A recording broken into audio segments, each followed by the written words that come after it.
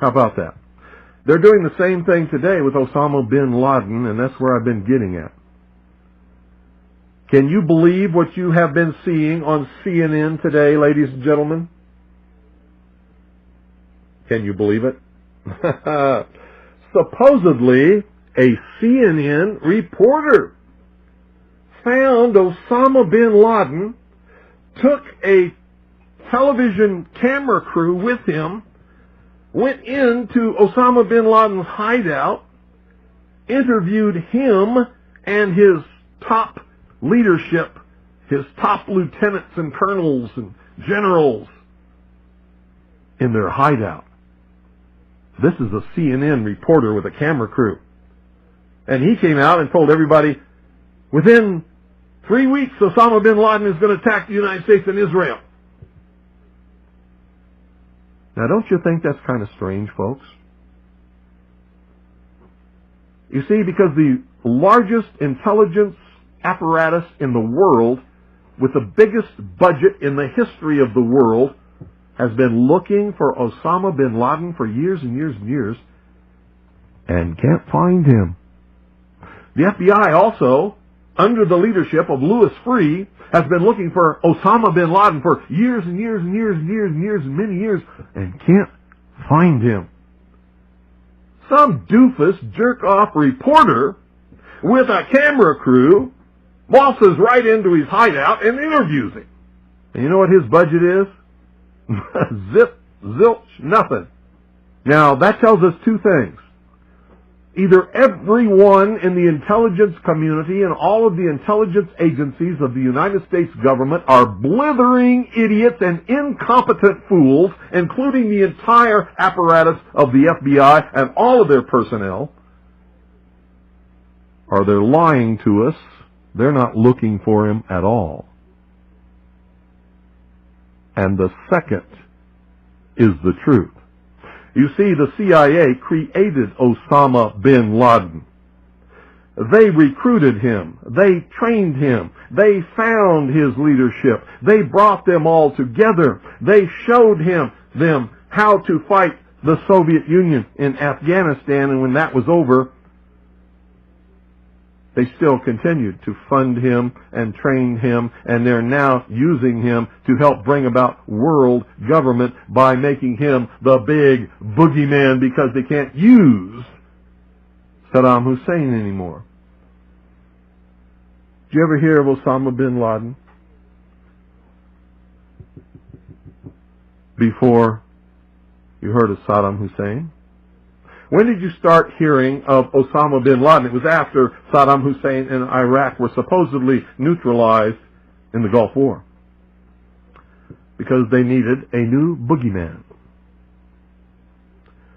But they're not looking for Osama bin Laden, because I'm telling you right now, if I were the head of the Central Intelligence Agency, within 2 weeks I would have him dead or in custody without fail.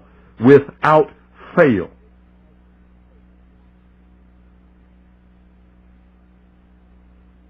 If I had those assets and that money, he would be mine. I would own his terrorist ass within 2 weeks without fail.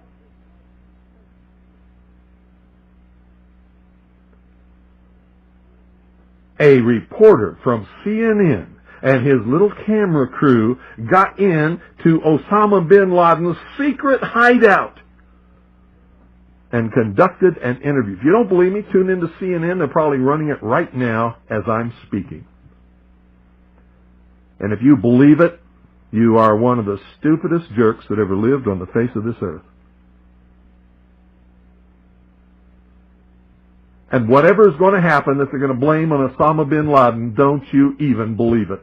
Another sociallusion, social engineering project to change the minds and the attitudes and the beliefs of the people of the world, and especially the United States, to bring about one world socialist totalitarian government.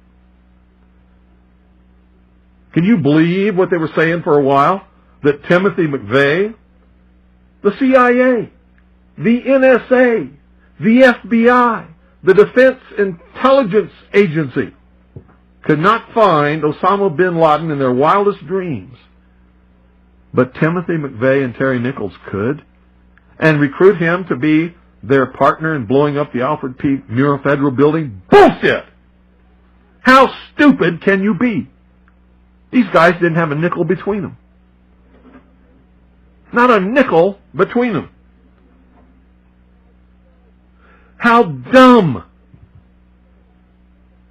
can you be? How stupid can you be? Put me in charge of the CIA. I guarantee you I will have him in custody in 2 weeks flat. Or dead. Take your pick. Take your pick. Give me that budget, those resources, those personnel. I guarantee you he will be mine in 2 weeks. And you know what?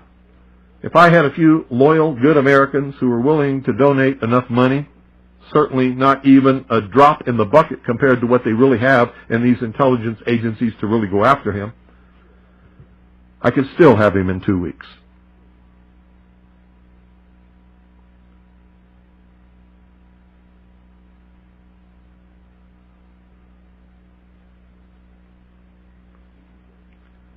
Piece of cake.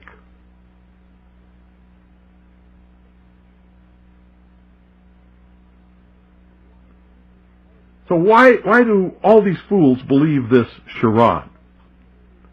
That a CNN reporter and his little camera crew can do what all the money and all the assets and all the eavesdropping and all the intelligence and all the satellites and all the undercover operatives in the world can never do. It's because they're not trying. They don't want to. Osama bin Laden is their creation, and he is serving them well. When in hell are all you people going to wake up? Are you kidding me? I mean, is this some kind of incredible joke that people are so stupid they'll fall for this? Do you know how much money the CIA and the National Security Agency and the FBI has at its disposal each year? Do you know how many agents they have that they can devote to this? Do you realize the technology that they have to be able to eavesdrop on every single conversation in the world? No matter how it's transmitted? And pinpoint the location of every one of those transmissions. And they can't find Osama bin Laden, but some CNN reporter, he just waltzes right on in there with his camera crew. Just like he knew where they were all the time. Bet you it was the CIA that sent him there. I told him where he was. And of course they know where he is because they created him. They're the ones that are funding him and backing him and helping him to create their new utopian world. Hitler could not have ever come to power, absolute power in Germany, without the Reichstag fire. Hitler was a socialist. He understood social illusion. He understood social engineering. He knew how to get the support of the German people, and he did it by burning down the Reichstag. The Reichstag was, well, in our country, it would be the Capitol building that contains the Senate and the House of Representatives. So if somebody were to go and burn down the Capitol building today, they would use that as an excuse, as Hitler did, to round up all of the enemies of the New World Order, which would be me and most of you listening, and throw us into prison or execute us, declare martial law, and come to absolute and total power in this country. I wonder what Osama bin Laden's targets are supposed to be. And if they don't, if this doesn't materialize in the next 2 or 3 weeks, it will eventually materialize because they haven't succeeded in getting the guns out of the hands of the American people, nor have they succeeded in taking our freedoms away. In fact, there's been a great awakening in this country and a big backlash against these Marxist, communist, puke-faced, lying, subversive, Nazi, jackbooted Gestapo thugs that is gaining momentum. And so I can tell you with a certainty, they must do something terrible in order to stop this backlash and regain the sympathy of the mass herds of sheeple out there.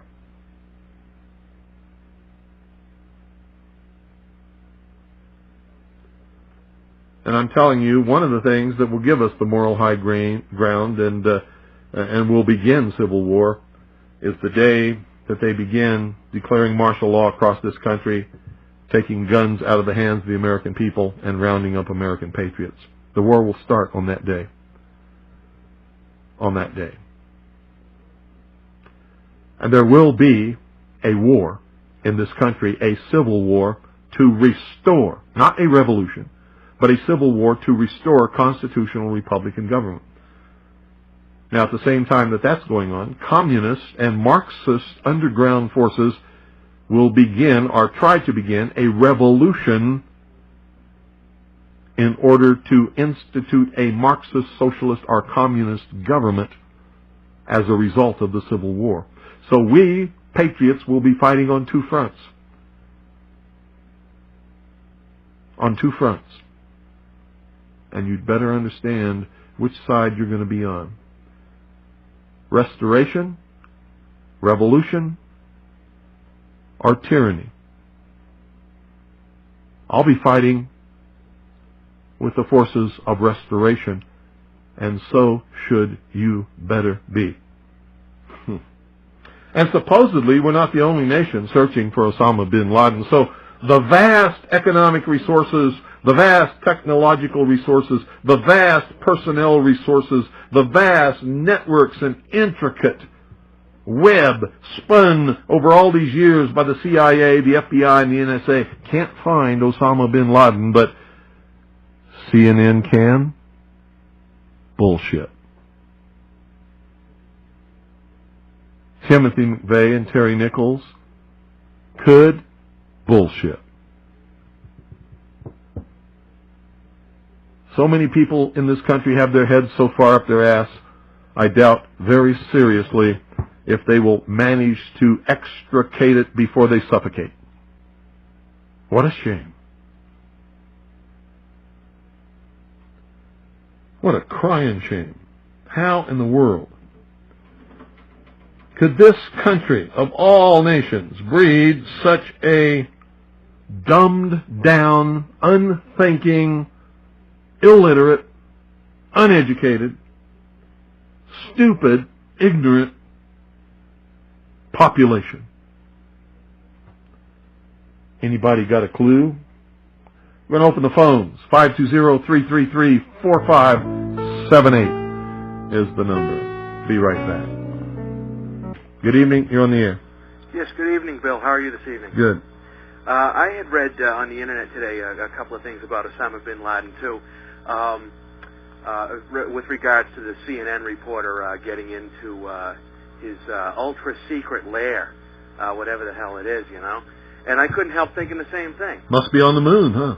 Well, yeah, you know. Oh, well. How'd this reporter get there, you know? It's amazing how you have all the American intelligence agencies, British intelligence agencies, everybody's looking for this guy. And all of a sudden, you know, some clown comes in with a camera and, oh, now he's on TV. Oh, here he is. Let me tell you something. If he's an enemy of Israel and the Mossad can't find him, then this thing is the biggest joke that you ever heard of in your life. Yeah, exactly.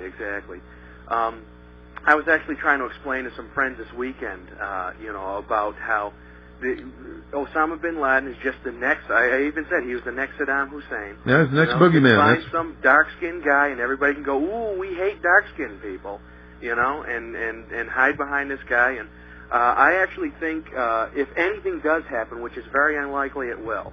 But no, that's not true. It is very likely that it will. Believe it or not. In the next 2 weeks. If anything does happen, what about the 4th of July? It's the 225th anniversary of the Declaration of Independence. Yeah, what about it? You know? That's a good time for it to happen. Yeah, well, I certainly hope not, but... I hope not too, but I'm telling you right now, as I told you before, I'm telling you that something's going to happen. If it doesn't happen in the next 2 or 3 weeks, something terrible is going to happen in this country, and it's going to be a terrorist attack. And we're going to know who did it. And we're going to watch CNN and whatever, and they're going to go, oh... And it's going to be big enough that martial law could be declared, and it could start the whole thing. Well, thank you for getting the truth out, and you have a good evening, sir. You're welcome. Thanks for calling. Bye. Good evening. You're on the air. Hello. This is Marie from Colorado, and you had posed a question in your program, why are people so dumb? Yeah. When I was in 11th grade, my American history class, Mrs. Sheldon was my teacher, and this was 1971. And so, yes, I am approaching 50. And she told us, she says, whenever you read the newspaper or you hear anything in the news, you ask yourself 2 questions. The first question is, who stands to make the money from what happened, and who stands to make the power from what happened? And she says, and if you haven't answered your question in reading that article or listening to the newscast, then you're not being told the truth. And the problem is that teachers don't teach like that any longer. Well. And my kids never learned that in their class. And I'm the one who told them, hey, kids, listen to this. Listen to what Mom says. Mrs. Sheldon told me this. And that's one of the reasons why people are so dumb, is because they don't analyze and don't instinctively think, this and this do not add up. Well, you're right. You're absolutely correct. Mm-hmm. And Mrs. Shelton, you're probably in your 70s by now, so anyway, here's to you. And God bless you, Mr. Cooper, for your program. And will you be broadcasting this when you're taking that week off? That's up to WBCQ. They're going to determine what they broadcast. If you have favorite programs that you want to hear again, call them and ask them to play them. Okay, we will. Thank you very much. Bye-bye. You're welcome. 520-333-4578 is the number. Good evening. You're on the air. Hello. Good evening, Bill. Yes. Hey, this is David. Checking in from Rhode Island. Uh-huh. And I want to comment on your discussion about when they immediately after this mirror building blew up, in a short time after, they brought the building down and destroyed all the evidence. Yeah. And it wasn't brought down with the kind of bomb that allegedly Timmy McVeigh parked in front of the building. No, it was brought down with shape charges on the columns, just exactly like what happened when it was brought down first, when half of it was brought down. And it's just disgusting the way the average citizenry looks at this whole issue. And I'm telling you that most of the callers that call, when the time comes, they're gonna turn traitor, Bill. Sure they will. So I don't, most people will, but there's an infrastructure of dedicated patriots in this country who will not. And I agree with you with that. And I have made my pledge, and I continue to make it. When I don't care what it is, who it is. When you're crossing the line, it's lock and load. Yep. And it's going to cost somebody. You better believe it's not it. getting done for free anymore. That's right. So if they want to, waste 10 people on some kind of an ATF sweep, they better have the equal amount taken out with them. Well, I don't. And I know that's your attitude. I hope you use this time that you're going to spend, at your place, also to recharge your batteries. Oh yeah, that's one of the purposes. Oh, good. Of course. Well, I'm glad to hear that, and God bless you. Thank you. Good night. Yeah, because I am tired. I've been working for so many years, so hard, and rarely, if ever, even take one day off to myself. And so, part of this is going to be sort of relaxing for me. Good evening. You're on the air. Yes, hi, William. There was an article in the New York Times about Daniel Spiegelman, who supplied the weapons for the Oklahoma bombing. Well, what he did was he was part of a group of so-called Aryan resistance army that was robbing banks and things and providing funding for the Alfred P. Murrah Federal Building bombing. And part of what he did was he went to an American university and stole famous historical documents and took them to Europe to sell them. He's Jewish. Right. The article was December 30th, 1995, page 9 in the New York Times. Let me ask you, where is he today? What is the latest on him? Well, I don't know. He sort of disappeared after they discovered that the lawyer who defended him when he was convicted in court of stealing these documents and trying to sell them was not a lawyer at all. And so I believe that they overthrew his conviction because of that. He didn't have a proper defense and sealed the records, and he disappeared. Okay, I saw it on your internet site where he was convicted, but apparently he never went to prison at all, I guess. Not that I'm aware of. Yeah, they just let him go. It's probably the Israeli Mossad. I think he's with. Well, I think this was a combination of the CIA, the FBI, the Israeli Mossad, the BATF, and several other the German intelligence for sure, because Andreas Strassmeyer was a part of this. He's another Jewish man who was a member of the German intelligence structure, who was instrumental in planning the whole thing. Right. Well, our government may as well be the Mossad. And, Capitol Hill is Israeli occupied territory. What you have to understand is this is not leading toward an Israel of the world. It's leading toward a Marxist socialist utopian, or they believe it's utopian. It's going to be like the old Soviet Union world government. Whenever the media covers something up real well like this, the way they let Spiegelman go like that, you know it's the Jews who are behind it. No, we don't know it's the Jews behind it, and I've never said that, and neither should you. George Bush is certainly not a Jew, but he's a part of it. Right, he works for them. They put him in office. No, it's not that he works for them. You don't understand the structure of the organization that is actually bringing apart world government. The reason that they're able to recruit so many Jewish people to be a part of this is the Jews have never allowed themselves to assimilate as citizens, really, of any country. They're always Jewish. They always separate themselves. They always look forward to next year in Jerusalem. They believe themselves to be a part of a world, and they want to bring about a world government. So they're sympathetic to this whole one world government ideal. But the people at the heart and soul of all of this, and there are a lot of Jewish people involved, are what's called the Illuminati.